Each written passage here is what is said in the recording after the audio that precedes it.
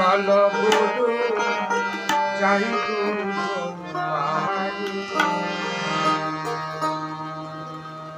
বাড়ি। কথা হবে, গুরুই এই মানব জীবনের সব না। কখন? যখন তুমি গুরুকে নেবা তখন তোমার কাজে লাগবে। তুমি যদি না নাও, অনেকে আছে এখনো গুরু মন্ত্র নেয়নি, তার কাছে গুরুর কোনো দাম নেই। যে নেয়নি তার কথা তো বলছি না, তার কোনো দাম নেই। না তার কোনো দাম নেই। তাই তো বলছি মানব জীবনের গুরু তোমাকে করতেই হবে।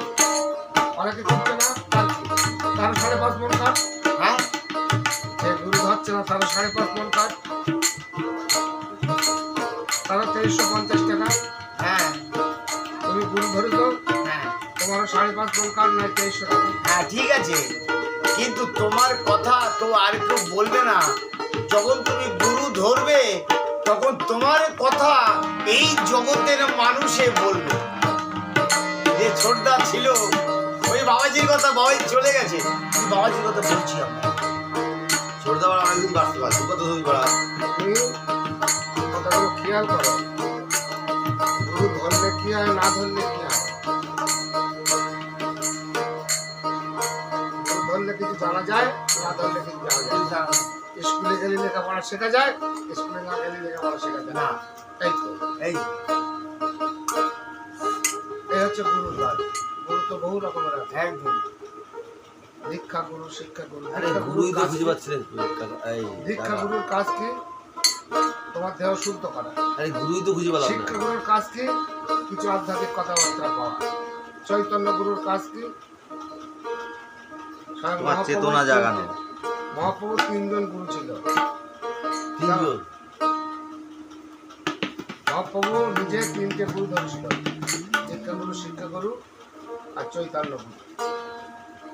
সন্ধ্যায় যাওয়ার সময় যে মাথা বন্ধন করেছিল সেও গুরু ধরতে হয়েছে। গুরু ধরে কিছু শেখার জন্য।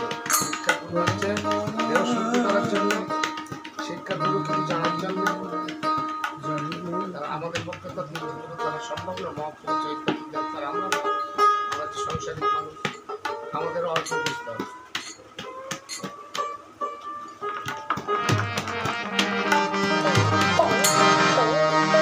চলো গুরু যাই গুরু